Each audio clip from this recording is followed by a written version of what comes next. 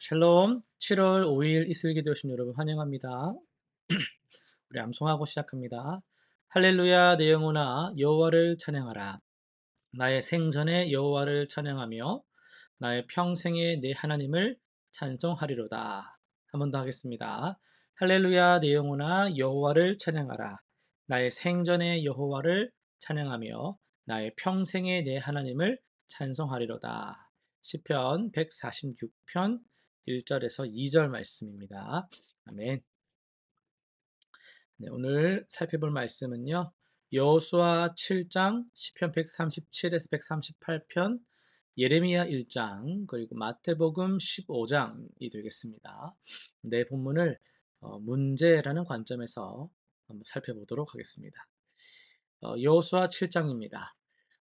아간의 탐욕은 개인의 문제가 아니고 하나님의 백성 전체에게 영향을 미치는 심각한 범죄였습니다. 여리고 정복 후 하나님께서 금하신 물건을 취한 아간의 행동 때문에 이스라엘은 작은 성읍 아이에서 참패를 당했죠. 이는 죄가 어떤 개인적인 차원으로만 끝나는 것이 아니라 공동체 전체에 미치는 그 파괴적인 영향력을 보여주고 있어요. 하나님의 거룩한 백성으로 부르심을 받은 우리는 개인의 죄가 교회와 가정에 미치는 영향까지도 깊이 인식할 수 있어야 합니다. 시편입니다. 바벨론 포로는 이스라엘 백성들이 하나님의 언약을 저버린 결과였습니다.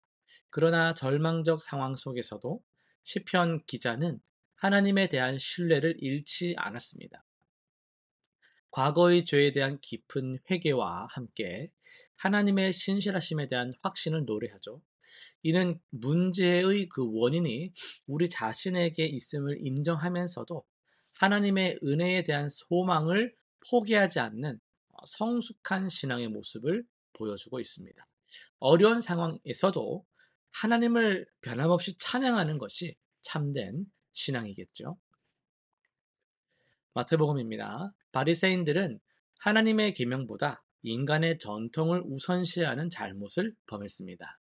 부모를 공경하라는 계명을 하나님께 드렸다 고르반이라는 전통으로 무효화시켰어요. 내 할 거 다 했다라는 거죠. 예수님께서는 외적 정결보다 마음의 정결이 더 중요하다고 가르치셨습니다. 입에 들어가는 것이 사람을 더럽히는 것이 아니라 마음에서 나오는 악한 생각들, 그 말들이 사람을 더럽힌다고 하셨죠. 형식적인 종교보다 진심으로 하나님을 사랑하고 이웃을 섬기는 것이 참된 신앙의 모습입니다. 오늘 우리 예레미야로 들어가게 되는데요. 예레미야 1장을 중심으로 가마 속에서 피어나는 소망을 말씀을 통해 전하겠습니다. 여러분 오늘 이 시간에 이슬기도의 시간에 어떤 마음으로 클릭하시고 이 화면 앞에 나오셨습니까? 혹시 마음 한편에는 여전히 해결되지 않은 여러 가지 문제들 때문에 마치 끓는 가마처럼 들끓고 있는 상태는 아니신지요? 예레미야 선지자가 그런 시대를 살고 있었습니다. 예레미야는 1장에서 하나님께서 두 가지 환상을 보여주시거든요. 하나는 살구나무 가지이고 다른 하나는 북쪽에서 기울어진 끓는 가마입니다.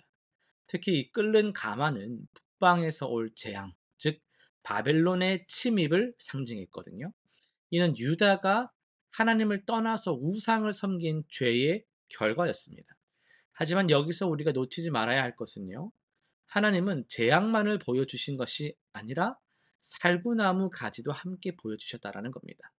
살구나무는 그 히브리어로 샤케드라고 하는데요. 이것은 이 지켜본다라는 뜻의 샤카드와 발음이 유사합니다. 그러니까 그 하나님은 내가 내 말을 지켜 그대로 이루려고 지켜본다. 말을 지키는 것과 눈으로 지켜보는 이 다른 의미인데 내가 내 말을 계속 이행을 해서 그대로 이루려고 계속 유익 있게 지켜본다. 이런 말씀을 하셨습니다. 문제는 분명히 생각했죠.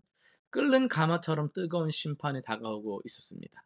하지만 그 가마 속에서도 하나님은 당신의 약속을 지켜보고 계셨습니다. 예레미야는 뭐라고 말했냐면요. 나는 아이라서 말할 줄을 알지 못합니다. 라고 사양을 했지만 하나님은 너는 내가 너를 보내는 모든 사람에게 가서 내가 너에게 명령하는 말을 다 말할지니라. 그러니까 너가 말을 할 줄 알고 모르고 너가 문제를 해결할 수 있고 없고가 중요한 것이 아니고 내가 너를 보내는 것과 내가 너와 함께하는 것, 내가 너에게 줄 것들이 더 중요하다는 말씀을 하신 거예요. 여러분 우리 삶에도 끓는 가마 같은 문제들이 들어 있습니다. 뭐 건강부터 시작해서 여러 가지 말씀을 통해 우리가 살피게 되죠. 경제적인 거나 자녀 관계, 직장 뭐 여러 가지 문제가 우리한테는 있어요. 하지만 하나님은요. 핀셋으로 그 문제를 착착 덜어내는 것으로 해결을 하시는 분이 아니더라는 거예요. 하나님은 오히려 그 문제, 모든 문제를 통해서도 하나님의 뜻을 이루어 가실 수 있는 분이시라는 걸 우리가 발견하게 됩니다. 그러니까 문제 해결 자체가 끝이 아니라 그 문제를 통해서 우리를 빚어 가시는 그 과정 속에서 하나님을 더욱더 의지하고 경험하게 하시는 그 하나님의 놀라운 섭리, 그 손길이 있다라는 겁니다. 사랑하는 성도 여러분, 오늘 여러분이 직면한 문제가 아무리 뜨거운 가마 같아 할지라도 절망하지 마시기 바랍니다. 하나님은 그 가마 속에서도 당신의 약속을 지켜보고 계십니다. 예레미야가 부족함에도 불구하고 하나님의 말씀을 전하는 위대한 선지자가 되었듯이 우리도 문제 가운데서 하나님의 뜻을 발견하고 성장하는 믿음의 사람들이 되기를 소망합니다. 실천상 세 가지 정리해 보겠습니다. 매일 아침 일어나서 이렇게 선포하면 좋겠습니다. 하나님이 오늘 내 삶을 지켜보고 계신다. 하나님이 오늘 내 삶을 지켜보고 계신다. 이렇게 고백하며 하루를 시작해 보십시오. 둘째, 문제가 생겼을 때 원망하는 것부터 하는 것이 아니라 하나님, 이 문제를 통해 무엇을 가르치려 하십니까? 라고 먼저 기도해 보시기 바랍니다.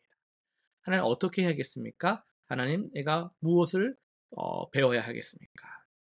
이렇게 하나님께 아뢰는 그 기도를 먼저 해보시기 바랍니다. 세 번째는요, 이번 주 동안 가족이나 주변 사람들에게 희망의 말 한마디씩 전해주는 그런 기회를 가져보시기를 바랍니다. 기도하고 마치겠습니다. 하나님 아버지, 우리 삶에 끓는 가마 같은 문제들이 있을 때마다 절망하지 않고 주님의 신실하심을 바라볼 수 있게 하여 주옵소서. 문제를 통해 우리를 빚어가시는 하나님의 그 손길을 우리가 의지하고 믿고 순종하며 나아가게 하여 주옵소서. 예수님의 이름으로 기도드립니다. 아멘.